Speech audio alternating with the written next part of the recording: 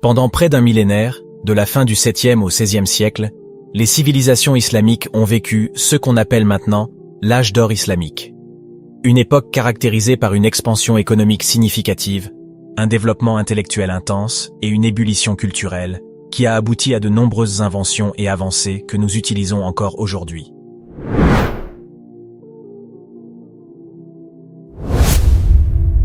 De même, des innovations modernes ont été introduites par des scientifiques musulmans, certains ayant même été honorés par des prix Nobel. Commençons avec la première invention révolutionnaire, les instruments chirurgicaux inventés par Az-Zahraoui.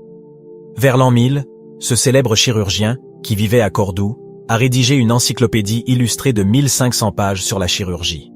Ses travaux ont eu une influence majeure sur l'Europe et plusieurs de ces instruments sont encore en usage aujourd'hui, tels que la seringue, le forceps, le crochet chirurgical, l'aiguille, la scie à os, ainsi que l'utilisation du catgut résorbable pour les sutures. Passons à la deuxième invention, la brosse à dents et le savon.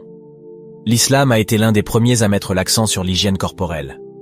Le prophète Mohammed, que la paix soit sur lui, a popularisé l'utilisation de ce qui peut être considéré comme la première brosse à dents autour du 7e siècle, une brindille de l'arbre siwak.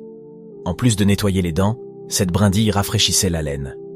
Quant au savon, il a été développé par les Arabes à partir d'huiles végétales, de soude et d'aromates comme l'huile de thym. Troisièmement, parlons de la carte du monde d'Al-Idrissi.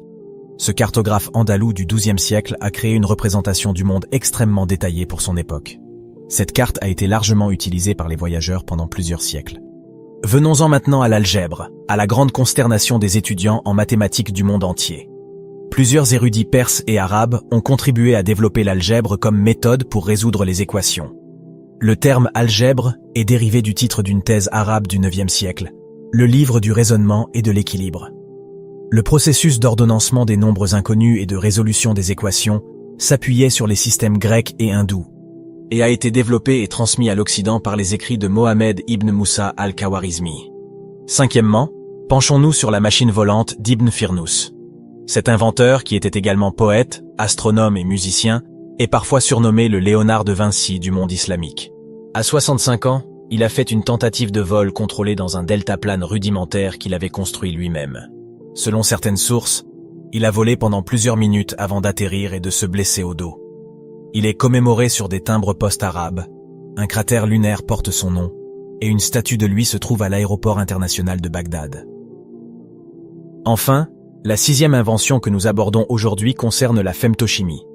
Ahmed Hassan Zewail, chimiste égypto-américain, est reconnu comme le père de cette discipline. Il a reçu le prix Nobel de chimie en 1999 pour son travail dans ce domaine, devenant ainsi le premier Égyptien et le deuxième Africain à recevoir un prix Nobel dans un domaine scientifique. Et pour conclure cette vidéo fascinante, il est important de souligner à quel point l'âge d'or de l'islam était une période remarquable et avant-gardiste.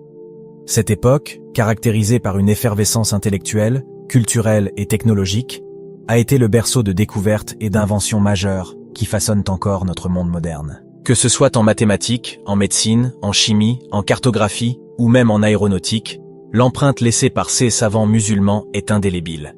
Il est essentiel de reconnaître l'importance de cette période et des individus qui l'ont marquée, non seulement pour leur contribution à la société de l'époque, mais également pour l'influence durable qu'ils ont exercée sur notre monde actuel. Nous espérons que cette exploration vous a permis de réaliser à quel point l'âge d'or de l'islam était une société progressive et une véritable mine d'innovation. Merci de nous avoir accompagnés dans ce voyage à travers l'histoire et n'oubliez pas de vous abonner pour découvrir encore plus de contenu aussi captivant. À très bientôt.